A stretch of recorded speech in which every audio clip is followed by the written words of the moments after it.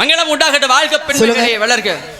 வெள்ளத்தால் அழியாது, வெந்தலால் வேகாது, வேந்தராலும் கொள்ளத்தான் இயலாது, கொடுத்தாலும் நுழைவொழியை குறைவிடாது, கள்ளத்தார் எவராலும் அளவாட முடியாது, கல்வி என்னும் உள்ளத்தை பொருள் இறக்க உலகெங்கும் பொருள் தேடி உழல்வதென்ற கல்வி செல்வத்தை நிலையாக கொண்டு கல் தோன்றி மண் தோன்ற காலத்திற்கெல்லாம் முன் தோன்றியது மூத்த குடிபிறந்த தமிழ் என்ற தமிழ் போட்டு தமிழ் மகளே நீர் வாழ்க வல்லாண்டு. கற்றனாலாய வினன்கள் வாழறிவன் நட்டா தொழாரணின் என்ற வள்ளுவனி வாய்மொழி கிடைங்க வரவேற்றவங்க இந்த இடத்துல என் சார்பாக சிறிய வாழ்த்து எப்படி என்று வார்த்தார். மங்களமாகவே வாழ்வாயம்மா, மங்களமாகவே வாழ்வாயம்மா, மங்களமாகவே வாழ்வாயம்மா, மாதவர் தோர் புகழ்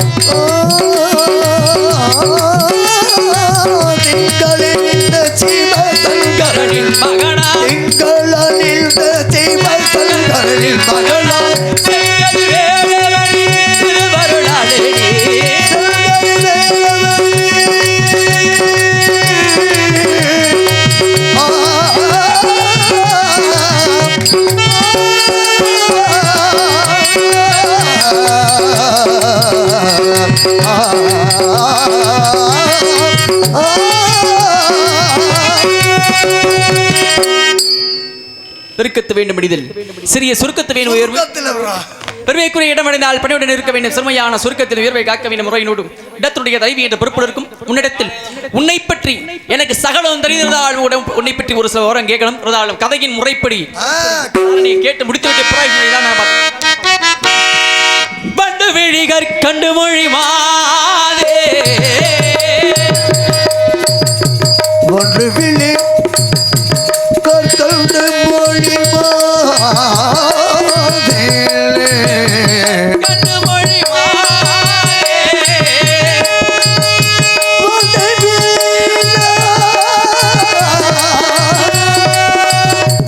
ஒல்லி விழி கற்கண்டு மொழி மாதே சொல்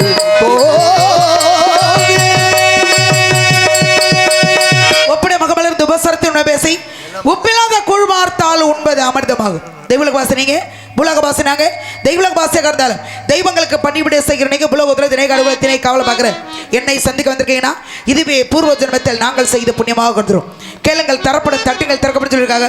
எந்த இடத்துல எது கேட்கணும் கேட்கணும், எந்த இடத்துல எப்படி தட்டணுமோ அப்படி தட்டணும். திறக்காத கதவை தட்டிக்கு பிரயோஜனம் இல்லை, கொடுக்காத இடத்துல கேட்ட பிரயோஜனம் இல்லை என்று சொல்லிக்கிறேங்க. தெய்வங்கள் நேரில் சந்திக்கிறவர் நீங்க, நாங்கள் அப்படி கிடையாது. ஒரு கல்லை வைத்து இதான் தெய்வம்னு சொல்லி அதற்கு பூஜைகள் செய்யக்கூடிய சாதாரண மாநில பிரிவு. அப்படி இருக்கும்போது என் இடத்துக்கு என்னுடைய அனுமதி இல்லாம யாருமே அழையாத விருந்தாடியாக தாங்கள் வந்திருந்தாலும் கேளுங்கள் தரப்படும் சொல்லியிருக்காங்க. அதனால நீங்க வண்டு மொழி கற்கண்டு மொழி மாது அப்படின்னு பாத்தீங்க. வண்டுல பலவிதமான வண்டுகள் இருக்கு. சிவண்டு, பொன்வண்டு, கருவண்டு, காட்டி கொடுத்தது வண்டு, கமண்டலத்தை அடைத்தது வண்டு, துளைத்து சென்றது வண்டு, தூது சென்றது வண்டு, பல வண்டு இருக்கு. ஆனா நீங்க எந்த வண்டுக்கு ஒப்பிட்டு ஒரு பெண்ணோட நம்மளோட வந்தது ஒரு சருவண்டு, நமக்கு பிடிக்காத வண்டு சருவண்டு. எத்தனையோ வண்டு இருக்கு, பிடிக்காத வண்டு சருவண்டு மட்டும்தான். நமக்கு துணைக்கு அது வந்து அதுக்கு துணைக்கு தான் நாம வர வேண்டியதாக இருக்கும். அது நமக்கு தேவையில்லை. அதனால எந்த இடத்துல எந்த எப்படி யாருக்கு எப்படி வரவேற்பு கொடுக்கணும் சரியான வரவேற்பு நான் கொடுத்துருக்கேன். ஆனா நீங்க வண்டு விழுந்து பாருங்களே, எதுக்காக பண்ணீங்க? எந்த வண்டை பத்தி சொன்னீங்க? ஒரு கீர்த்தனை மட்டும் ஆச்சு. அதனால இந்த விளக்கத்தை உங்களுக்கு பதில நான் பாடிடுறேன். அதன் பிறகு தேவையான விளக்கங்களை உங்கள்ட்ட நான் கேட்டு பெரிய மனுஷன் கேட்டதுக்கு நாம ஒரு பெரிய நீங்க ஒரு பெரிய மனுஷன் இல்ல பாடி ஒரு பெரிய மனுஷன் கேட்ட கேள்விக்கு அதான் சொல்றேன். நீங்க பெரிய மனுஷன் கேட்ட கேள்வி பதில் நாங்க சொல்லணும்ல. பாடிட்டு நம்ம அதுக்கப்புறம் வச்சு குறைஞ்சுக்குவோம் வச்சு இது குறைஞ்சுக்குவோம். தான் உணர்ந்த சுவாமி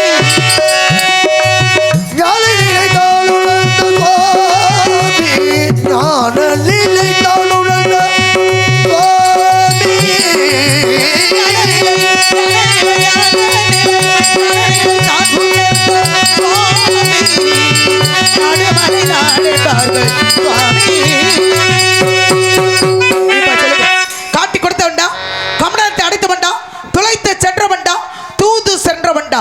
எந்த வண்டிக்கு ஒப்பிட்டு ஒரு பெண்ணுடைய விழிகளை வரைச்சிருக்கீங்க? ஏன்னா இது பூலோகம், தெய்வலோகம் கிடையாது. ஒரு பெண்ணுடைய விழிகளை வர்ணிக்கணும்னா மான் பிடிகால், வேல் பிடிகால், கைகள் பிடிகால், மலர் பிடிகால் இப்படி சொல்லலாம். ஆனால் நீங்கள் எந்த வண்டிக்கு ஒப்பிட்டு என்னுடைய விழிகளை சொன்னீங்க? துளைக்கக்கூடிய தன்மை வண்டு கொண்டு சிவனாகப்பட்டு வர சுத்தி வந்தார் பிரிங்கி முனிவர். காரணம், ஆண் தெய்வத்தை மட்டும்தான் வணங்குவேன், பெண் தெய்வத்தை வணங்க மாட்டேன் என்று கொள்கையோடு இருந்தார். சக்தி கோபம் இருக்கிறது. பக்கத்தில் நான் இருக்கேன். சாதாரண சாமியார் தங்களை மட்டுமே சுற்றுகிறார் என்று சிவனை விட்டு பிரிந்து சென்றார். சிவன் அழைத்தார். கணவனோடு இருப்பது மனைவிக்கு அழகு ஆமான்னு சொல்லும் பொழுது தங்களது உடம்பில் பாதியை கொடுங்க, உங்களோட கூட வந்து இருக்கேன்னு சொன்னார். உடம்பில் பாதியை கொடுத்தார். சிவன் பாதி, சக்தி பாதி, அர்த்தநாரி இருவரும் ஒரு உருவமாக காட்சி கொடுத்தார்கள். ஆனால் அப்போ கூட பாருங்க, கொண்ட கொள்கையில் சரியா இருந்தா முனிவர். காரணம், எப்படி இருந்தாலும் ரெண்டு பேரும் சேர்ந்தே நின்றாலும் ஆண் தெய்வத்தை மட்டும்தான் வணங்குவேன் அப்படின்னு சொல்லி இவர் வண்டாக உருமாறி சிவனுக்கும் சக்திக்கும் இடையில் நெஞ்சை துளைத்தார். துளை வழியாக வண்டு ரூபம் எடுத்து சிவனுடைய பாதி உடம்பு சுற்றி வந்தார். அந்த துளைக்கக்கூடிய வண்டு கொப்பிட்டு சொன்னீங்களா? எந்த வண்டு கொப்பிட்டு விழிகளை சொன்னீங்க? விளக்கத்தை சொல்லுங்க. பல கேள்விகள் உங்களுக்காக இந்த இடத்தில் காத்து கொண்டிருக்கு. பேசுங்க பாப்போம். அருமையான பேச்சு ஆக நிறைய விஷயத்தை நீங்க தொட்டு வச்சிருக்கீங்க. இதையே பேசி முடிச்சோம் அப்படின்னா விடிஞ்சோம், ஒரு நாள் வத்தாது. பேசி சொல்லி விளங்க வைங்க. அருமையான பேச்சு, சிறப்பான பேச்சு. வாழ்க்கையில சந்தேகம் என்பது ஒரு மனிதனுக்கு இருந்தே ஆகணும். சந்தேகமே வாழ்க்கையா போயிடக்கூடாது. அருமையான சரி அண்ணே, கொஞ்சம் பேசாம இருக்கண்ணே, நீங்க பேசுங்க. அருமையான பேச்சு. ஏன்னா வாழ்க்கையில சந்தேகம் என்பது இருக்கணும். தேடல் இல்லாத ஒரு மனிதனுக்கு தேடல்ங்கிறது கண்டிப்பா இருக்கணும், இருந்தே ஆகணும். தேடல்னு ஒண்ணு இருந்தாதான் பல விஷயங்கள் வெளிப்படும், அவனுடைய அறிவை முகத வளர்த்து கொள்ள முடியும். ஆமா, அப்படி தேடல்களும் இருக்கணும். ஆமா, அருமையா கேட்டீங்கம்மா. நீ வந்தோட பாண்டிங்க பூலோக வாசினா. சரி, எங்களை பார்த்து ஒரு மான் வெளின்னு பாடலாம், ஒரு மீன் வெளின்னு பாடலாம், ஒரு வேல் வெளின்னு பாடலாம். ஆமா, நீங்க மேலோகத்திலே வந்திருக்கீங்க சாமி. காட்டி கொடுத்தது ஒரு வண்டு, கமண்டலத்தை அடைத்தது, கமண்டலத்தை அடைத்தது ஒரு வண்டு, தூது சென்றது ஒரு துளைத்து சென்றது ஒன்று வண்டு. அப்படி நீங்க துளைத்து சென்றது அப்படின்னு சொல்லிட்டு முதல்ல புள்ளி வச்சிருக்கீங்க. முன்னாடி வந்து என்ன அப்படின்னா திருச்செங்கோடு அப்படின்னாங்க. எப்படி அவர் கொண்ட கொள்கையை விட்டு எப்பொழுதுமே யார சிவனை மட்டும்தான் நான் வல்லமருமை அப்படின்ட்டு வண்டூர்வம் எடுத்து துளைத்து வந்தார். அதனாலதான் திருச்செங்கோடுன்னு பேரு, திருச்செங்கோடு அப்படின்னு பேரு. ஆனா நீங்க கேட்டீங்க சிவன் அர்த்தநாதியாக திகழ்கிறார்கள் அப்படிங்கிற. சிவன் பாதி, சக்தி பாதி, அப்படி மீதமுள்ள பாதி பாதி எங்க இருக்குன்னு ஆரம்பத்துல கேட்டது. இப்ப அதை தொட்டு ஏன் வரீங்க? வர இருங்க. ஓ, வண்டுக்கு எங்கேயும் சம்பந்தம் இல்லையா? இருக்கு. வண்டு வந்தனால தானே இங்க விஷயமே வந்துச்சு. உண்மைதானே? கேள்விகள் கேட்பதெல்லாம் பகுத்தறிவை வளர்ப்பதற்காக. உண்மைதான். பதில சொல்லுங்க. கொஞ்சம் இருக்க கொஞ்ச நேரத்துல நம்மளால முடிஞ்ச கருத்துக்களை மக்களுக்கு கொண்டு நாலு பேர் கவனிச்சால் 4 பேருக்கு உள்ளவர் ஏத்த மாதிரி சொல்லிட்டு. உண்மைதான். இதான் முறை, இதான் மேடை பேச்சுகள். மீதமுள்ள பாதி நீங்க இல்லமா முதல்ல ஊர்ல மழை பெய்யணும், எந்த ஒரு துஷ்ட சக்திகளும் ஊரை நெருங்கக்கூடாது அப்படிங்கிறதுக்காக இப்ப செய்யறதுக்கு பேர் தான் கும்பாபிஷேகம். சரி, மழை பொழியணும். 12 ஆண்டுக்கு ஒரு முறை அப்ப செய்யறதுதான் கும்பாபிஷேகம். ஆமா. ஆனா அதற்கு முன்பாக கோயில் விழாம் கட்டுவதற்கு முன்பாக என்ன செய்தார்கள் தெரியுமா? என்ன செஞ்சாங்க? ஊர்ல பகுதிகளில் நமக்கு தெரியும், இந்த பகுதிகளில் அரச மரமும் வேப்ப மரம் ஒன்னா இணைஞ்சிருக்கும். அந்த இணைந்திருந்தால் அதற்கு திருமணம் முடித்து வைப்பார்கள். ஏன் தெரியுமா? சொல்லுங்க. அப்பதான் ஒரு கோவில் கட்டி கும்பாபிஷேகம் நடத்துவதற்காகவே இணையானதா, சமமானதா. ஆமா. அந்த வேப்ப காலத்துல ஊர்ல நல்ல மழை பெய்யும், நாடு செழிக்கும் அப்படின்னு என்ன செய்வாங்க அப்படின்னா வேப்ப மரத்துக்கும் அரச மரத்துக்கும் கல்யாணம் முடிச்சு வைப்பாங்க. இந்த அரச மரமும் வேப்ப மரமும் யாருங்கிறது தெரியுமா? சொல்லுங்க. அதான் நீங்க கேட்ட சிவனுடைய மீதமுள்ள பாதி அரச மரம், சக்தியினுடைய ஆதிவரா சக்தியினுடைய மீதமுள்ள பாதி தான் வேப்ப மரம். ஏத்துக்கிறீங்களா? ஏத்துக்கிறேன். எதிரியா இருந்தா கூட உண்மையை சொன்னா ஏத்துக்கணும். இப்ப பாருங்க, சக்தியுடைய பாதி வேப்ப மரம், சிவனுடைய பாதி அரச மரம் அப்படின்னு நீங்க சொன்னீங்க. வேப்ப மரத்தின் தன்மை என்ன சுவையோடு இருக்கும் சொல்லுங்க? வேப்பங்காய் கசப்பு தன்மையோட சுவைதான் இருக்கும். ஒரே ஒரு இடத்துல இனிப்பு சுவையோடு இருக்கிறது எந்த இடம்? எங்க அப்படின்னா இனிப்பு சுவை, எந்த ஒரு சுவையுமே தட்டாது, எந்த ஒரு சுவையுமே இல்லாமல். எங்க அப்படின்னா சீரடியில சாய்பாபா ஆலயத்துல எந்த ஒரு சுவையுமே இல்லாத ஒரு வேப்ப மரம் அப்படின்னா ஒரு ஊர்ல மாமரமே தலைக்காது. அது எந்த ஊர் சொல்லுங்க? எப்படிங்க போட்டு வாங்குறீங்களா? இல்ல, கேள்விங்கிற முறையில் ஆரம்பத்தில் நான் வச்சேன் இல்லையா?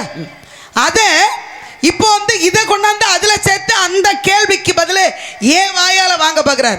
நான் என்ன கேள்வி கேட்டேன்? முருகனுக்கு சூரபதமனுக்கு சண்டை. ஆமா. எந்த இடத்துல சண்டை நடந்துச்சு? எந்த ஊர்? திருச்செந்தூர்ல. ஆம், திருச்செந்தூர்ல அப்படின்னு சொல்லுவாங்க. ஆனா நான் என்ன சொன்னேன், அது கிடையாது அப்படி நான் சொன்னேன். ஆனா இப்ப அவர் என்ன கேக்குறாரு, ஒரு இடத்துல மாமரம் தழைக்காதுன்னு சொன்னாரு. நம்மளோட பாணி அந்த மாமரம் தழைக்காதுன்னு எந்த ஊர்ல நான் சொன்னேன்னா, அந்த ஊர்ல தான் முருகனுக்கு சூரபதனுக்கும் சண்டை. நம்மளோட ஏன் வாயால வாங்கலாம்னு நீங்க பாக்குறீங்க அப்படிங்கிறீங்களா? அப்படித்தானே? அப்படிங்கிறீங்களா? அப்படித்தான் சொல்றேன். நம்மளோட பாணி அதான். அந்த இடத்துல தான் சூரபதன் மாமரமாக மாறினான். எதிராளியாக நீங்க ஒரு கேள்வி கேட்கும் பொழுது சரி, அந்த எதிராளி வாயில கேட்கிற கேள்விக்கு பதில வர வச்சுட்டு போய் நான் போட்ட தோசை நீங்க பிரட்டி போடுறீங்க. நீங்க என்ன சொன்னீங்க? திருச்செந்தூர்ல நடந்துச்சு. திருச்செந்தூர் கிடையாது. அது எந்த ஊர் அப்படின்னா, திருச்செந்தூர்ல இருந்து கன்னியாகுமரி போற வழியில மணப்பாடுன்னு சொல்லுவாங்க அந்த ஊருக்கு பேரு. அதையே நீங்க சொல்ல வேண்டியதானே? மணப்பாடு. ஆனா பேச்சு வழக்கில் மணப்பாடு மாமரமாக எங்க மாறினான்னு கேட்டீங்கன்னா அந்த ஊர் பேரை நான் தானே சொல்லணும். மணப்பாடுங்கிற பாருங்க, சூரபதமனை அழிக்க போறாரு. சூரபதமனை அழிக்க போகும் பொழுது முருகனை பார்த்து தன் நிலை மறந்து மெய் சிலிர்த்ததாம். யாருக்கு? சூரபதமனுக்கு, அரக்கனுக்கு. அப்பனா இவர் அழிச்சுதான் ஆகணும். நல்ல குணம், என்ன நல்ல எண்ணமா தான் இருக்கு. ஆனா இவனோட குணம் தான் சரியில்லை. யாருக்கு? சூரபதமனுக்கு. நீங்க என்ன பார்த்து சொல்ற மாதிரி இருக்கு? யார்கிட்ட பேசிக்கிட்டு இருக்கேன்? என்னதுதான் உங்கள்ட்ட தானே பேச முடியும். இப்ப இயல் இசை நாடகம். ஆமா. இயல்னா பேச்சு, இசைனா பாட்டு, நாடகம்னா நடிக்கிறீங்களோ? நடிப்பு புரியணும்ல. பெரிய சிவாஜி கணேசன். நீங்க சாவித்திரி அப்படியே சரி சரி விடுங்க. வாய் பேசலன்னா எனக்கு தூக்கமே வராது. என்ன செய்யறாங்க அப்படின்னா, பார்த்தோன்னே முருகப்பெருமான அரக்கன் முருகனை பார்த்த உடனே இவனை அழிக்க போறங்கிறதே யார்? சூரபதமன் மறந்துட்டான. மறந்து என்ன ஆகா இவர் கையில் நம்ம எப்படி இதோ செய்து மடியக்கூடாது என்ற எண்ணத்தோட அப்படின்னு நினைச்சு என்ன செய்தான் தெரியுமா? சூரபதமன் மாமரமாக மாறி நிக்கிறான். ஆமா, மாமரமாக மாறின்ற அப்பேற்பட்ட சூரபதமனை சிக்கலில வேல் கொடுத்த தாயே சிறுகாலில் பால் குடித்தார். அப்பேற்பட்ட சிக்கலிலே வாங்கி தன்னுடைய தாயை கொடுத்த வேலை வைத்து என்ன செய்யறார் அப்படின்னா, அந்த மாமரத்தை இரண்டாக பிளந்தார். அப்படியே இந்த விஷயத்தை அப்படியே வச்சுக்க, மறந்துட கூடாது. எல்லாம் வச்சுக்கிறேன். உன்னை கேட்டு இல்ல, நீங்க கேட்டு இல்ல. என்ன கேட்டேன்? என்னைய பார்த்து நீங்க எதுக்கு வண்டு வெளின்னு பாடினீங்கன்னு. ஆமா, ஒரு மான் வெளின்னு பாடி இருக்கலாம். எப்படி பாடிருக்கலாம்? மான்வெளின்னு பாடி இருக்கலாம். சரியா பாடல? ராமாயணம் படிச்சிருக்கீங்களா? படிச்சிருக்கேன். ராமாயணத்துல வனவாசம் போனது யார் யாரு? ராமர், சீதை, லட்சுமணன் 3 பேர் போனாங்க. எத்தனை ஆண்டு போனாங்க? 14 ஆண்டு காலங்கள். 14 ஆண்டா 16 வருஷமா? எப்படி 14 16? இது யார் சொன்னது? 14 ஆண்டு காலங்கள் தான். 14 தான். ஏன்னா நீங்க போட்டு வாங்குறீங்க. ஏன்னா அந்த சின்ன பிள்ளைகள்ட்ட படிக்கும்போது ஏய் சரியா சொன்னியா அப்படின்னா அந்த மாத்தி சொல்லுங்க பிள்ளை. சொன்ன பிள்ளை நீங்க என்கிட்ட போடுறீங்க. 14 ஆண்டு காலங்கள் தான் வனவாசம். 14 ஆண்டு தான். ஏன்னா திரும்பி கேட்டோம்னா ஆகா நம்ம தப்பா சொல்றோம். அதான் முன்னாடி மறுபடியும் அது படிக்காதவங்க யாராவது இருந்தாங்கன்னா அவங்கள்ட்ட போட்டு வாங்க. என்கிட்ட போட்டீங்கன்னா நான் உங்களை பிரட்டி விட்டுருவேன். நீங்களா? ஆமா, பாப்பா வாங்க பேசி பாருங்க. பாருங்க 14 நாள் வனவாசம் போனாங்க. எங்க தங்கி இருந்தாங்க தெரியுமா? பஞ்சவடி என்று சொல்லக்கூடிய இடத்துல, பஞ்சவடிங்கிற இடத்துல தங்கி இருக்காங்க. யார் யாரு? ராம, லட்சுமணன். இப்ப சுருக்க மிகப்பெரிய காவியம். சரி, ஆமா பேச ரொம்ப அது தொட்டோம்னா காலகாலமா பேசிட்டே இருக்கலாம். இப்ப நீங்க கேட்ட கேள்விக்காக சுருக்கமா பதில் சொல்றேன் பாருங்க. இப்ப பாருங்க, ராமன் மீது ஆசைப்படுறா சூர்பனகை ஆசைப்படுறா. அடைய முடிஞ்சுச்சா? முடியல. ஆமா, உடனே அடையணுங்கிற என்ன வந்துருச்சு. யார்கிட்ட போனா தெரியுமா? ராவணேஸ்வரன் போய் என்ன சொன்னா? அழகான பெண்ணை தங்களுக்காக பார்த்திருக்கிறேன். என்ன அழகுடா! அழகுனா இப்படி இருக்கணும். இதுதா உங்களை இல்லமா? என்ன நீங்க சொல்ல மாட்டீங்க? அதத்தான். ஏன்னா உங்களுக்கு தான் 3 மேல் இல்ல. என்ன இல்ல? மண்ணாசை, பெண்ணாசை, பொன்னாசை. அது 3 ஆசைகளை அற்ற நீங்க ஆசைப்பட்டு என்ன பண்ண போறீங்க? முழு தேங்காய் நாய் உருட்டின கதையா? ஆசை இருக்கு, ஆனா அனுபவிக்கிற செயல்பாடு இல்ல. என்னன்னா இல்ல. போறான் போய் சொல்றானே, இவனுக்கு உடனே மோகம் தூண்டிருச்சு. அடைஞ்சு இன்னைக்கு உன்னை அடையாம விட மாட்டேனா? உடைச்சு முடியும் வெண்டைக்கா உடைக்கிற மாதிரி வரல. இருமா, நீ தானமா சொன்ன ஏழுங்கிறது பேச்சு, இசைங்கிறது பாட்டு, நாடகங்கிறது நடிப்பு. நீ தானமா சொன்ன நடிக்கிறீங்க. சொல்லுங்க, யாரு சொல்றது? நீங்க தான். ராவணேஸ்வரன் சொல்றேன். அங்க அவர் சொன்னார், இங்க நீங்க சொல்றீங்க. இங்க ஒன்றான பேசிட்டு இருக்க, ஒன்றான கையிட்டு. சரி கத்தாதீங்க, சொல்லுங்க. அப்ப என்ன செய்யற அப்படின்னா, மாரிசனுங்கிற அரக்கனை மாய மானாக உருமாற சொல்லி யாரையும் திசை திருப்பினா தெரியுமா? ராமரையும் சீதையும் திசை திருப்பினார். ராமனையும் லட்சுமணனையும் திசை திருப்பிட்டார். லட்சுமணனை தேடி போனதால் தான் திசை திருப்பினார். அல்ல திசை திருப்பிட்டார். ஆனா அங்க மானாக ஒரு மாதிரி சீதையின் கண்கள். ராமாயணத்துல ஒருவனுக்கு ஒருத்தியாக அழியா பத்தினியா வாழ்ந்தது யாரு? சீதை. இந்த ஒருவனுக்கு ஒருத்தியா அழியா பத்தினியாக வாழ்ந்த ராமனையும் சீதையையும் பிரித்தது எது? மானு. நீங்க யாரையும் அழியா பத்தினியா இருந்த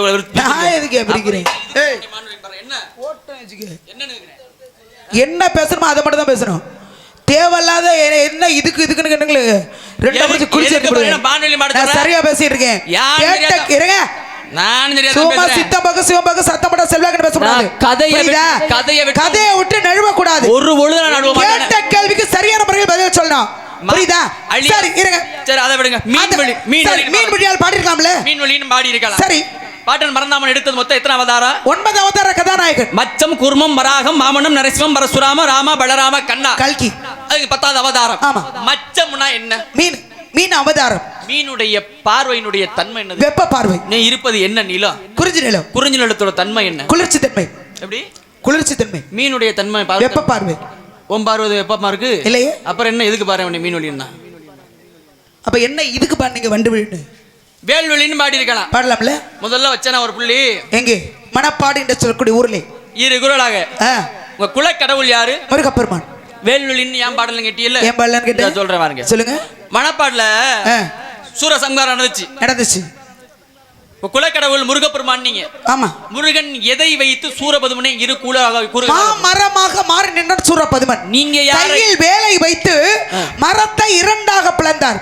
ஒன்றை சேவலாகவும் மற்றொன்றை மயிலாக மாற்றினார். சேவல கொடியில வச்சிருந்தார், மயில வாகனமா வச்சிருக்காருல்ல. வேலை வைத்து என்ன செய்தாரு? இரண்டாக பிளந்தார் மரத்தை. நீங்க யாரை இரண்டா பிளந்துருக்கீங்க? என்ன இதுக்கு வேல்வெளின்னு மாறேன் உன்னைய. சரி வண்டி வண்டியா பண்ணீங்க. வண்டி வழி எந்த வண்டி பண்ணீங்க? வா. அதனால தான் அந்த ஊர்ல மட்டும் இன்றும் மாமரம் தழைக்காது. மணப்பாடு என்று சொல்லக்கூடிய இடத்துல ஆமா வண்டு வழின்னு பாடுறீங்க. ராமாயணத்தை போன்ற மிகச் சிறந்த காவியம் ஒன்று இருக்கு, இதிகாசம். ஆமா. என்னது? மகாபாரதம். மகாபாரதம். மண்ணாலானது மகாபாரதம். பெண்ணாலானது ராமாயணம். ஆமா. 5 வயசுல அண்ணன் தம்பி, 10 வயசுல பங்காளி. அண்ணன் தம்பி இப்படித்தான் இருக்கணுங்கிறது ராமாயணம். ஆமா. இப்படி இருக்க கூடாதுங்கிறது மகாபாரதம். அப்படிங்கறதா ஒருவனுக்கு ஒருத்தியா வாழ்ந்தது ராமாயணத்தில் ராமர சீதையும். 5 பேருக்கு அழியா பத்தியா வந்து பாஞ்சாலி. தர்ம பீமா அர்ஜுன் நகுல சகாதேவன் 5 மனைவி ஆகும். ஏசுமியா என்ன அப்படி நிக்கிறாரு? என்ன ஒரு குச்சி முட்டை வாங்கி தரேன், சப்பிக்கிட்டு புதுக்கோட்டை போறீங்களா? நல்லா நான் முதல்ல சொல்லிட்டேன், என்கிட்ட பேசும்போது ரொம்ப சுதாரிப்பா பேசுறேன்னு. நான் சுதாரிப்பா பேசிட்டு இருக்கேன். நீங்க பயந்து நிக்காம பேசுங்க. பாண்டவர்கள் எத்தனை பேர்? என்ன? தர்மன், பீமன், அர்ஜுனன், நகுலன், சகாதேவன். இவங்க வந்து 5 பேர். 5 பேர் தான். தர்மன், பீமன், அர்ஜுனன், நகுலன், சகாதேவன் 5 பேர். என்ன அடியா பத்தினியாக வரவாங்கினால் பாஞ்சாலி திரௌபதி. பஞ்சம் நாளே 5 தான். பஞ்ச பாண்டவர்களால 5 தான். ஆமா. அப்புறம் 5 பேர்னு சொல்லிட்டு 4 பேரை தான் சொல்ற. எது? 5 பேர். 5 பேர். தர்மன், பீமன், அர்ஜுனன், நகுலன், சகாதேவன். என்னமா மறுபடியும் 4 பேர் தான் சொல்ற? 5 பேர். என்ன எங்க சொல்ற? எத்தனை பேர் நான் சொன்னேன்? தர்மன், பீமன், அர்ஜுனன், நகுலன், சகாதேவன் 4 பேர் தான் திரும்ப சொல்ற. சொன்னது தப்பா? ஆமா. இருங்க, நான் சொன்னது தப்பா?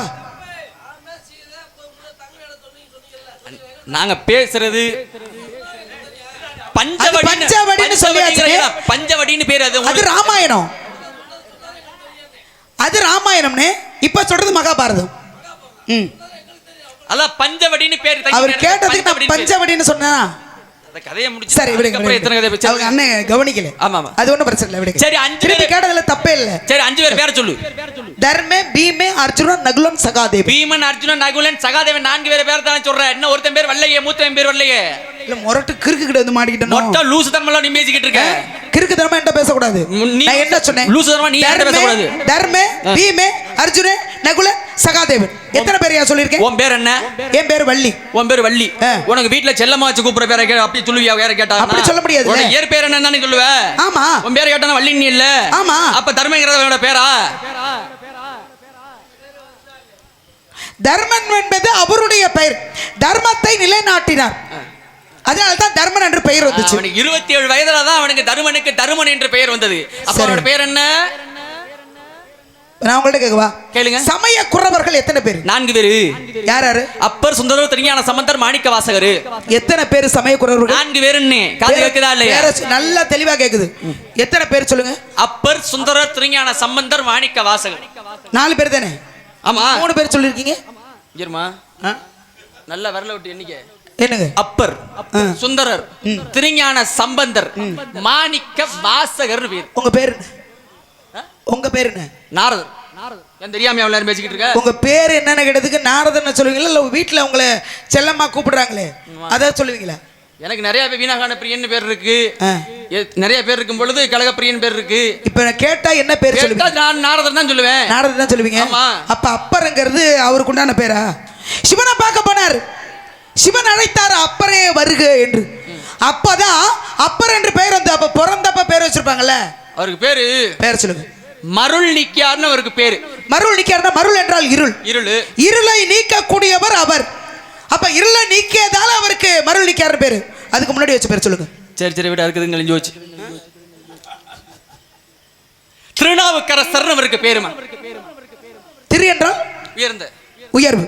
நாவு என்றால் திருநாவுக்கரசர் தான் அவருக்கு பேரு. திருநாவுக்கரசர், நாவுக்கரசர், திருநாவுக்கரசர். அதுக்கு முன்னாடி 88 வயசுல திருநாவுக்கரசர் பேரு. அதற்கு முன்னாடி பேரு அவருக்கு முன்னாடி திருநாவுக்கரசர் தான் பேரு. நீங்க ஏதாவது என்ன குச்சி முட்டை வாங்கி கொடுத்துருமா, நீங்க தப்பிட்டு போச்சுமா, ஏதாவது பிரட்டி அடிக்க. இவருக்கு ஒரு பெயர் உண்டு, அவருக்கு ஒரு பெயர் உண்டு. என்னன்னு சொல்லு. ஏன் என்னத்துக்கு நான் சொல்றேன்? என்னன்னு சொல்லு. இல்ல என்னத்துக்கு நான் சொல்றேன்? திருநாவுக்கரசர் நான் சொல்லிட்டேன். நீ கிருஷ்ணத்துவ என்ற பெயர் உண்டு. தர்மசேனன் பேரு, தர்மன் பேரு, நிறைய பேர் உண்டு. கிருஷ்ணத்துவம் பேர் உண்டு. சரி அது இருக்கட்டும். சரி நான் முன்னாடி வருஷல கேள்விங்கிற முறையில கேட்டு வந்தேன், காதுல வாங்குனீங்களா? என்னங்க என்ன கேட்டேன்? ஸ்ரீவில்லிபுத்தூருக்கு என்ன பெருமை என்று கேட்டேன். ஸ்ரீவில்லிபுத்தூருக்கு பால்கோவா திங்கிறதுல சரியா இருப்பார் போல இருக்கு. நான் எதை சாப்பிட மாட்டேன். காற்றை புசிக்க கூடியவன், காற்றை மட்டும் புசிக்க கூடியவன். அங்க இது விராலிமல்ல சாப்பாடு 10 புரோட்டா போட்டு அடுக்குனாரு, காற்றை மட்டும் புசிக்க கூடியவர். சரி கடந்துட்டு போகுது. ரெண்டு ஸ்ரீவில்லிபுத்தூருக்கு என்ன ஒரு சிறப்பு? சாப்பிடுற பொருளை நான் கேட்கல, உள்ள கறிந்த ஒரு சிறப்பாய்ந்த ஒண்ணு இருக்கு, பெரிய உங்களுக்கு தெரியும் இருக்கு இல்லையா? அதை சொல்லுங்க. சிற்பம் இல்லாத ஒரு மிகச் சிறந்த ஒரு ஆலயம் அப்படின்னா ஸ்ரீவில்லிபுத்தூருடைய ஆலயத்தை தான் சொல்லுவோம். ஏன் சிற்பம் இல்ல? ஏன் அப்படின்னா அந்த ஆலயத்திற்கு செல்வதர்கள் எந்த ஒரு ஜாதி பாகுபாடும் இல்லாம எம்மதமும் சம்மதம் அப்படிங்கிறத நிலைநாட்டுவதற்காக தான் ஸ்ரீவில்லிபுத்தூருடைய அந்த சின்னத்தை, கோபுரத்தை தமிழகத்தினுடைய முத்திரை அரசாங்க முத்திரை சின்னமாக வைத்திருக்கிறார்கள். சிறப்பு. இதை முன்னாடியே சொல்ல முடியாது, பால்கேவா அப்படிங்கிறீங்க. அது இருக்கட்டும். ஏன் அதே மாதிரி வேற ஒரு ஆலயம் இல்லையா? கிடையாது. இல்ல இருக்கு. இல்ல இருக்கு. இல்ல தெரியல நான் சொல்லு. என்னத்துக்கு தெரியல நான் சொல்றேன். ஸ்ரீவில்லிபுத்தூர்ல எந்த ஒரு சிற்பமுமே இல்லாத ஒரு எந்த சிற்பமும் இல்லாத ஒரே ஒரு கோவில் ஸ்ரீவில்லிபுத்தூர் கோபுரம் தான். வேற எங்க கோபுர சிற்பம் இல்லாத கோபுரம் இல்ல. இன்னொரு ஆலயம் இருக்கிறது, ஆனா கொஞ்சம் மாறுபட்டு இருக்கிறது. இருங்க ஸ்ரீவில்லிபுத்தூர் மாதிரியே சிற்பம் இல்லாத கோபுரமா, கொஞ்சம் மாறுதல் உள்ள கோபுரம். ஆமா, கொஞ்சம் மாறுதலாக உள்ள கோபுரம். அது பிரகதீஸ்வரர் ஆலயம், 216 அடி பெரிய கோவில் அப்படின்னு சொல்லுவோம். அது இல்ல, அங்க சிற்பம் இருக்கு, சிற்பம் இல்லாமல இருக்கு, அது இல்ல. ஆனா நீங்க சொன்னீங்களே சிற்பம் இல்லாத கோபுரம் இன்னொன்னு இருக்குன்னு சொன்னீங்க. ஆனா இல்ல நான் சொன்னதுதான் உண்மை. காரணம் என்ன? கொஞ்சம் மாறுதல் அப்படின்னு நீங்க சொன்னீங்க. உள்ளே இருக்கு சிற்பம் இல்லாத கோபுரம், ஒரே ஒரு சிற்பம் மட்டுமே இருக்கு. ஆனா அந்த ஒரு சிற்பம் கூட ஸ்ரீவில்லிபுத்தூர்ல கிடையாது. இந்த ஒரு சிற்பம் எங்க இருக்கு தெரியுமா? சுந்தரேஸ்வரர், சோமேஸ்வரர், சுர்ணகாளீஸ்வரர், காளையார் கோவில். காளையார் கோவில் தான் உள்ளே நுழையும் போது மகாலட்சுமி சிற்பம் மட்டும்தான் இருக்கும். அதான உண்மை. ஒரே ஒரு சிற்பம் இருக்கும். ஆனா அந்த ஒரு சிற்பம் கூட ஸ்ரீவில்லிபுத்தூர்ல கிடையாது. அதான் இல்லை நான் சொன்னேன், காளையார் கோவில் தான். நீங்க கேட்டதுக்கு இரண்டாவது இன்னொன்னு இருக்குன்னு சொன்னீங்களே, காளையார் கோவில். உன் பேர் என்ன? வள்ளி. வள்ளின்னு தானே சொல்ற? ஆமா. இயற் பேர் நான் என்ன பேரை எதை கேட்டோம்னா இயற் பேரை சொல்லு. ஏங்க இயற் பேர் தாங்க காளையார் கோவில். காளையார் கோவில் என்பது இயற்பெயரா? ஆமா. கிடையாது. சிவபெருமான் ஆதிபராசக்தி காளை வாகனத்திலே வந்து ஆட்கொண்டனாலதான் அந்த ஊருக்கு காளையார்கள் என்பது காரண பேரு. ஆமா, சிவன் வந்து சக்தியை ஆட்கொண்டார், காளை வாகனத்தை வந்தார். சரி, காளை வாகனத்தை வந்தது யார்? காளையார் கோவில். காளையார் கோவில் அந்த ஊருக்கு பேர் வர்றதுக்கு முன்னாடி அந்த ஊர் இருந்துச்சா இல்லையா? இருந்துச்சு. அப்ப அந்த ஊருக்கு பேரை சொல்லு. திருக்கான பேர் என்று சொல்லக்கூடிய ஊரின் பெயர். அதற்கு பிறகுதான் சிவனாகப்பட்டவர் காளை வாகனத்தில் வந்ததால காளையார் கோவிலாக மாற்றப்பட்டது.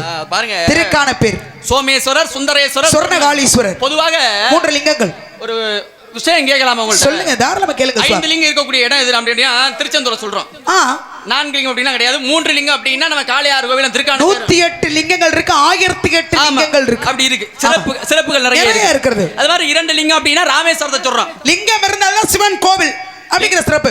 ஒவ்வொரு கோவில்ல நிறைய லிங்கங்கள் இருக்கும், கணக்கிலடங்கா லிங்கங்கள் இருக்கும். சிவனுடைய ஆலயம்னா முதல்ல என்ன இருக்கணும்? என்னங்க முதல்ல என்ன இருக்கணும்? சிவனுடைய ஆலயம் அப்படின்னு உள்ள போகும்போது கொடிமரம் இருக்கணும். அடுத்து நந்திகிருஷ்ணர் இருப்பார். அதன் பிறகு உள்ளே போனோம்னா சிவலிங்கம் இருப்பார். சுத்தி துர்க்கையம்மா, சண்டிகேஸ்வரர், நவக்கிரகங்கள் அம்பட்டும் இருக்கும். அதுதான் சிவஸ்தலம். அடடா, ரொம்ப அற்புதமா படிச்சிருக்கீங்க. அதானே உண்மை. அதானே உண்மைனே.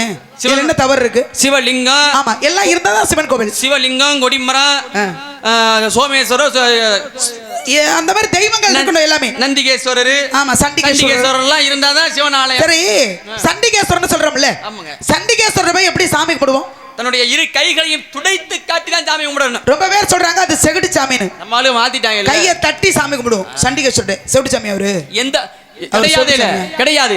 சிவனுக்கு பாதுகாவலர்.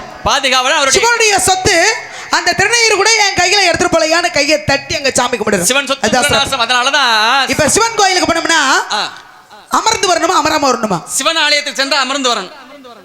பெருமாள் கோயிலுக்கு போனா அமராமல் வீட்டுக்கு வரணும். என்ன காரணம் சிவன் கோயில் அமரணும்? ஏன்னா சிவனை பாக்குறதுக்கு போறோம்.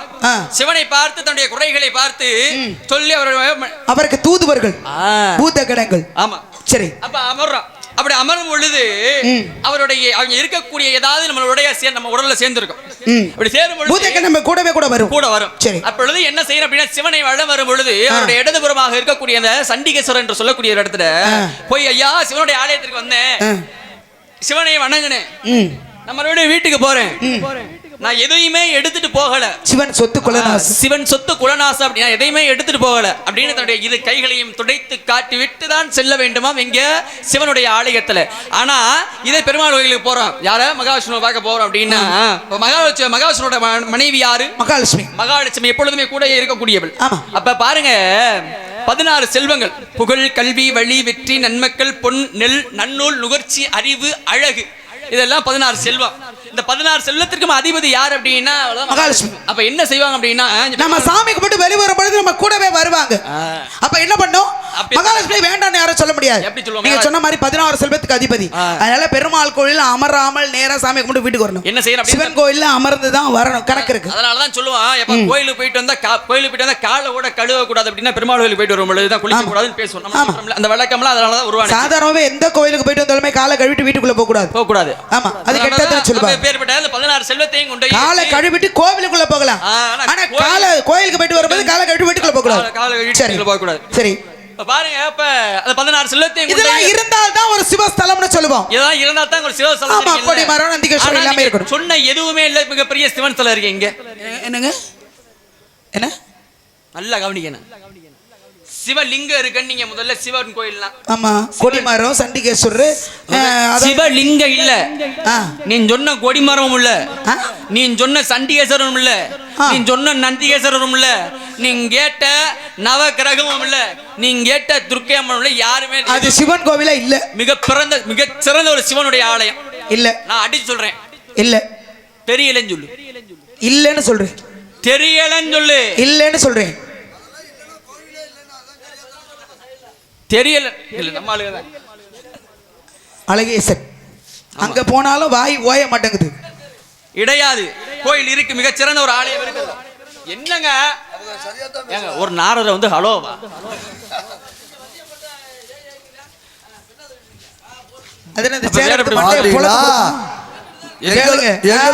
எங்களுக்கு சூடு சோறு எல்லாம் இருக்கு. நாங்க ஒத்தி வச்சுட்டு வந்திருக்கோம்.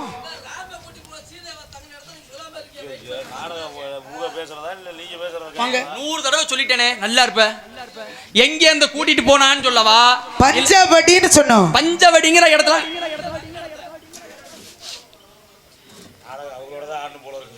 தங்கின இடம் தானே பஞ்சவடியில தங்கிருக்கும் போது தானே சிறை எடுத்து சென்றா இலங்கைக்கு ராவணேஸ்வரன். அவளை தானே திரும்பி மீட்டி விட அயோத்தி தானே கூட்டி வந்தாங்க. சரி சொல்லுங்க, அடுத்த கதைக்கு வாங்க. அதாவது சிவன் இல்ல, நந்தி கிடையாது, கொடிமரம் கிடையாது, இது எல்லாமே இல்லாத ஒரே ஒரு சிவஸ்தலம் இருக்கு அப்படின்னு நீங்க சொன்னீங்க. இருக்கு. கொட்டிக்காலி என்ன பண்றாரு? கிளம்பிட்டாரு. அப்படியா?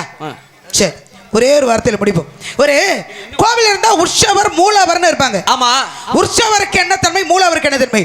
மூலவரங்கிறது கருவறையில் உள்ள சாமி. உற்சவரங்கிறது வீதி உலா வரக்கூடிய சாமி. ஆமா. அந்த தெய்வத்தை தானே வீதி உலா வராங்க. கண்டிப்பாக. ஒரே ஒரு ஊர்ல ஒரு மனிதரை வைத்து வீதி உலா தேரில் அமர்த்தி வருவாங்க. எந்த ஊர்ல மனிதரை வைத்து தேரில் ஊர்வலம் வராங்களோ அந்த ஊர்ல தான் நந்தி கிடையாது, சிவலிங்கம் கிடையாது, சண்டிகேஸ்வரர் கிடையாது, துர்க்கையம்மன் கிடையாது, எதுவுமே கிடையாது. எந்த ஊருங்கிறது நீங்க சொல்லுங்க. நான் கேட்டா திரும்பி நீ மாத்தி விட எனக்கு கேட்டா பதில் சொல்லு. அந்த ஊர்ல இவ்வளவு பெருமைகள் இருக்கு, என்ன ஊருன்னு நீங்க சொல்லுங்க. அப்படியா? சொல்லுங்க. தெரியலன்னா போங்க. எந்த ஒரு ஆலயத்திலே முதல்ல தெய்வீகமானதான் இருக்கும், சிற்பமாகப்பட்டது இருக்கும். ஆனா நீ கேட்கிற அந்த ஊர்ல இந்த கோயிலுக்குள்ள நுழையும் பொழுது என்ன சிற்பம் இருக்கும் அப்படின்னா கீரையும் உடும்பு குரங்கும் சேர்ந்த சிற்பம் இருக்கும். அது எந்த ஊர்ல இருக்கோ அதான் நீ கேட்ட ஊருக்கும் நான் கேட்ட ஊருக்கும் ஒரே ஊர். சொல்லு.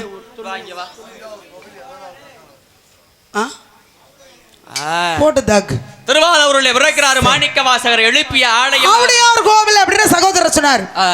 ஆவுடையார் கோவிலுக்கு சிவனுக்கு கோவில் கட்டிய பிறகு ஆவுடையார் கோவில் பேர். புனிதமான பேர். முன்னாடி உள்ள பேரு ஆவுடை. சகோதரர் சொல்லுங்க சகோதரர். ஆவுடையார் கோவிலுக்கு சங்க கோவில் கட்டிய பிறகு ஆவுடையார் கோவில். ஆனா அதற்கு முன்னாடி ஒரு பேர் இருந்துச்சுல ஊருக்கு. இப்ப காளையார் கோவில் நான் சொன்னேன். காளையார் கோவிலுக்கு முன்னாடி என்ன பேர் அப்படின்னு இவர் கேட்டார். சிவன் கோவில் கட்டிய பிறகு தானே ஆவுடையார் கோவில். அப்ப அதற்கு முன்னாடி ஒரு பேர் இருக்கும்ல ஊருக்கு. மாணிக்க வாசகர் நிறைய அதாவது பரி வாங்க வந்தார். பரிகள் என்றாருன்னா குதிரை. குதிரை வாங்க எங்க வந்தாரு? தொண்டிக்கு போனாரு. அப்ப அந்த காலத்துல வந்து தொண்டியில தான் சந்தை, குதிரை சந்தை. ஆனா இப்ப குதிரை சந்தை ஒரு இடத்துல நடக்குது. எங்க? கொடுமுடி பக்கத்துல அந்தி ரோடு சொல்லக்கூடிய ஊர்ல. இப்ப ஆண்டுக்கு ஒரு முறை குதிரை சந்தை அங்க நடந்துகிட்டு இருக்கு. ஆனா பாருங்க, கொண்டு வந்த காசை எல்லாத்தையும் கோவிலை கட்டினார். கனவில் வந்து அங்க உறங்கும் பொழுது கனவில் இறைவர் வந்து கோவிலை கட்ட சொன்னார். மதுரையிலிருந்து வந்தார். பாண்டியவனன்ட்டு இருந்த காசை பூரா கட்டி கோவிலை கட்டார். குதிரையோட பாண்டிய நாட்டுக்கு போகணும், மதுரையை பத்திக்கு போகணும். என்ன பண்ணாரு? சிவனே ஐயா, உனக்காக கோவில் நான் கட்டிட்டேன். அவர் கொடுத்த காசுல இப்ப காசு இல்லாம குதிரை இல்லாம நான் போக முடியாது பாண்டிய நாட்டுக்கு. அப்ப என்ன பண்ணோம்? எனக்கு ஏதாவது வழி செய்ய சொல்லும் பொழுது அங்க இருந்த நரிகளை அத்தனையுமே பரிகளாக மாற்றினார். நிறைய குதிரைகளாக மாற்றி அவரோட அனுப்பினார். அங்கே ஒரு சிறப்பு வாய்ந்த ஸ்தலம் அப்படின்னா ஆவுடையார் கோவில். திருப்பெருந்துறை என்று சொல்லக்கூடிய ஊர். திருப்பெருந்துறை காளையார்களுக்கு திருக்கான பேர். ஆனா இங்க திருந்துறை துறை என்று சொல்லக்கூடிய காரணம் இல்லாமல் பதம் பாடுவதும் அப்படிங்கிறான். அதனால என்ன காரணம் வந்திருக்கீங்க சொல்லுங்க. உங்களுக்கு மாப்பிள்ளை வாத்து வந்து கல்யாணம். எனக்கு மாப்பிள்ளை பக்கம் நீங்க யாரியா? யார் நீங்க? ஒரு அப்பா மாதிரி நினைச்சுக்க. என்ன அப்பா மாதிரி நினைச்சுக்கிறது? அப்படிலாம் ஒண்ணு எனக்கு தேவையில்லை. கடத்தை எடுத்து கிளம்பிட்டு கிளம்புக்க முடியும். ஏமா போங்க கடுப்பேத்தி எடுத்துக்கங்க. உங்களை பேர் நாரதர் போடுற ஆளெல்லாம் பார்த்தா எனக்கு அப்படியே கீழே இருந்து மேல வரைக்கும் எரியும். ஒன்ன மாதிரி பள்ளி போட்டு இந்த கவனம் பிடிச்சிட்டு வந்த ஆளை பார்த்தாலே எனக்கு அப்படியே அந்த கொண்டையில இருந்து கொட்டை வரைக்கும் அத்துக்கிட்டு விட்டுருவேன். எந்த கொட்டை? நான் பேசாம பொறுமையா பேசிக்கிட்டு இருக்கேன். எந்த கொட்டை புரியுதா? இருக்கிறவங்களே ருத்ராட்ச கொட்டது. அந்த கொட்டையாவா? நீங்க ருத்ராட்சம் என் சின்ன சந்தேகம் கேட்குவாங்க. என்னங்க கேட்பானே? மணி ஆயிடுச்சுன்னு பார்த்துட்டு இருக்கேன். நான் சைவ மதத்தை சேர்ந்தவன். சைவ மதத்தை சேர்ந்தவன் சிவனை கும்பிடுறவன். சரிமா? முருகனை கும்பிடுறவன். நீங்க யாரை கும்பிடுறீங்க? நான் பெருமாளை கும்பிடுறீங்க. பெருமாளை கும்பிடுற நீங்க துளசி மணி மாலை போடணும். சிவனை கும்பிடுறேன்னா முருகனை கும்பிடுறவ ருத்ராட்சம் போடணும். ருத்ராட்சம் நான் போடணும், நீங்க துளசி மணி மாலை போடணும். நீங்க பெருமாளை கும்பிடுற நீங்க எதுக்கு ருத்ராட்சம் போடுறீங்க? சிவன் வந்து பெருமாள் வந்து சிவன் எதுக்கு அதையே அப்படி மூடிக்கிறீங்க? வெக்கம் இல்ல, சூடு இல்ல, சொரணம் இல்ல, சொரணம் இல்ல, பெருமாளாகப்பட்டவரே சிவனாக மாறலையா? மிகப்பெரிய ஒரு ஸ்தலமே உருவாகலையா? சிவனாகப்பட்டவர் பெருமாளாக மாறினார். மதுரைய பதிலே அழகராக மீனாட்சி சொக்கநாதருக்கு திருமணம் முடிக்கப்படுது கலைஞராக. அது இருங்க வார குற்றால ஈஸ்வரன் கேள்விப்பட்டிருக்கீங்கல்ல? தெரியும். அப்பேற்பட்ட புண்ணிய ஸ்தலத்துல முதல்ல இருந்த தெய்வம் என்ன? இருந்தது பெருமாள் இருந்தார். அப்பேற்பட்டத அகத்தியர் தலையில் கை வைத்து குருகனை கொட்டையும் சிவனும் ஒண்ணு அரி ஆதவன் வாக்கிலே மண்ணு அப்படிங்கிற பழமொழி. சரி, சிவனும் மகாவிஷ்ணு தான். ஏன்னா சிவனும் சக்தியும் பாதி உருவமா இருந்தாங்க. அர்த்தநாரின்னு சொல்லுவோம். சிவனும் மகாவிஷ்ணு பாதி உருவமா இருந்தாங்க. சங்கரன் கோவில்ல இருக்காங்க ரெண்டு பேரும் பாதியா. கண்டிப்பாக. அப்ப சிவனும் மகாவிஷ்ணு ஒண்ணுதான் அப்படிங்கிற காரணம் இருக்கு. மாப்பிள்ளை பார்த்து வந்திருக்கிறேன். மாப்பிள்ளையோட பேரை சொல்லுங்க, பிடிச்சா கட்டிக்கிறேன். கூறுகிறேன் கேளுங்க.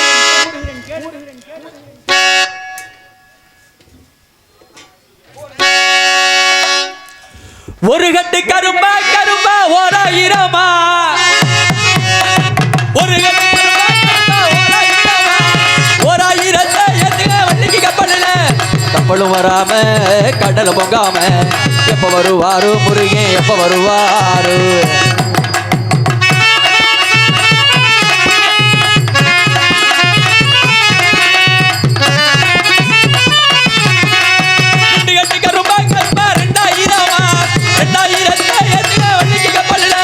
கப்பலும் வராம கடல் வராம எப்ப வருவாரு முருகன் எப்ப வருவாரு முருகன் எப்ப வருவாரு முருகன் எப்ப வருவாரு?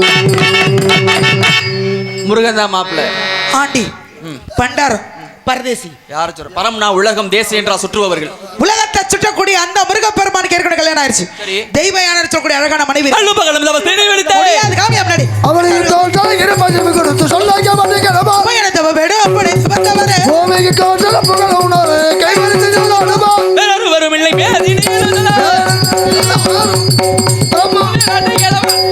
குட்டி கொடுப்பது உங்கள் கோத்திரத்து மறையோ ஓட்டமா சொல்ல வேண்டாம் உமக்களே கைவரிசை குடி கொடுப்பது எங்கள் கோத்திரத்தினமில்லை. ஓட்டமா சொல்ல வேண்டாம் உமக்களே கைவரிசை அறிவில்லாமட சிறுமியே இது சூழலில் மறைவதற்குள்ளாக உடக்கம் அந்த கந்தோடி வேலனுக்கும் திருமணம் செய்து என் கண்ணால் கண்டு மகிழ்வேன்.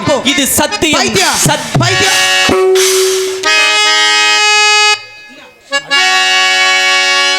இலக்கிது அந்த ஆளுக்கு இல்ல இல்ல நீங்க பக்கவாட்டில் வளர்ந்துருக்கீங்க, அவர் வந்து இந்த வாக்கில் வளர்ந்துருக்காரு, அவ்வளோதான் வித்தியாசம். ஆளும் மண்டைய மத்தியா 1 கிலோ எலும்பும் 1.5 கிலோ சதையும் வச்சுக்கிட்டு நீ படுத்துற பாடு 1 கிலோ அலையசன் ஐத்தான்.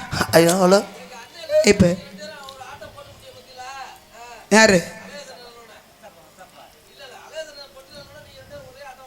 ஒரே ஆட்டமாக போட்டிக்கலாம். நான் இருந்திருந்தேன்னா அப்படியே மட்டைக்கு 4க்கு தான் கிழிச்சிருப்பாரு. இவர் இருந்தாருன்னா அப்படியே தருத்திரம் ஏற்கனவே அப்படித்தானே இருக்கு. ஆமா, நீங்க தானே வந்து பாத்தியே. விளக்கு ஒன்று தரவா? ஏமா சுட்டுப்படும் அடையாக நீங்க வர சுட்ட மாதிரி கல்யாணத்துக்கு தயாராயிட்டேன். யாரு? நான் தான். தெரியுது. ஐயோ எனக்கு வெக்கமா கல்யாணம் பண்ண போறேன். துணியை கிழிச்சு துணி புள்ளி வச்சு முடியா? காலேஜில் படித்தாலும் அப்படித்தான் பேசுவான். தூ எண்ணி துணி. ஐயோ ஒன்றும் பிரச்சனை இல்லை. அதனால இப்போ முருகன் சீக்கிரம் வரப்போறாரு.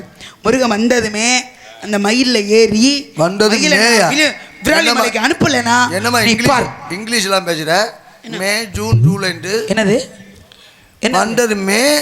ஐயா வந்த உடனே அவருக்காக 2 பேரும் கல்யாணத்தை பண்ணி உலகத்துக்கே காட்ட போறோம் இந்த முகத்தை.